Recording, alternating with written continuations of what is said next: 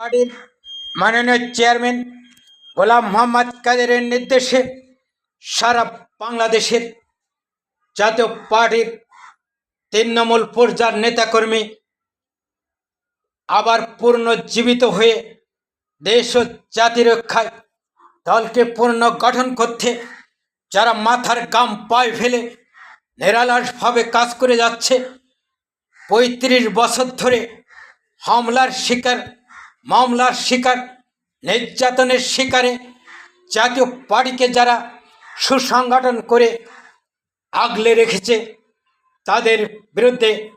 আবার নতুন করে কিছু সংখ্যক সুবিধাভোগী ব্যক্তিরা নানান জেলায়, নানান উপজেলায় যে সমস্ত ব্যক্তিরা জাতীয় পার্টির পদমূল্যায়নে দল ভাঙিয়ে প্রতীককে সামনে রেখে বিভিন্ন দল থেকে সুবিধা নেওয়ার ষড়যন্ত্র করত, দলকে যারা কোলঠাসা করে রেখেছিল, তারা আবার যখন এ দেশ ও জাতি রক্ষায় নতুন নির্বাচনের দাবানা বেজে উঠেছে, তখন জাতীয় পার্টির ভিতরে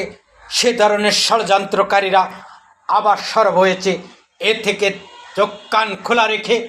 এ ধরনের ষড়যন্ত্রকারীদের রুখে দিতে হবে।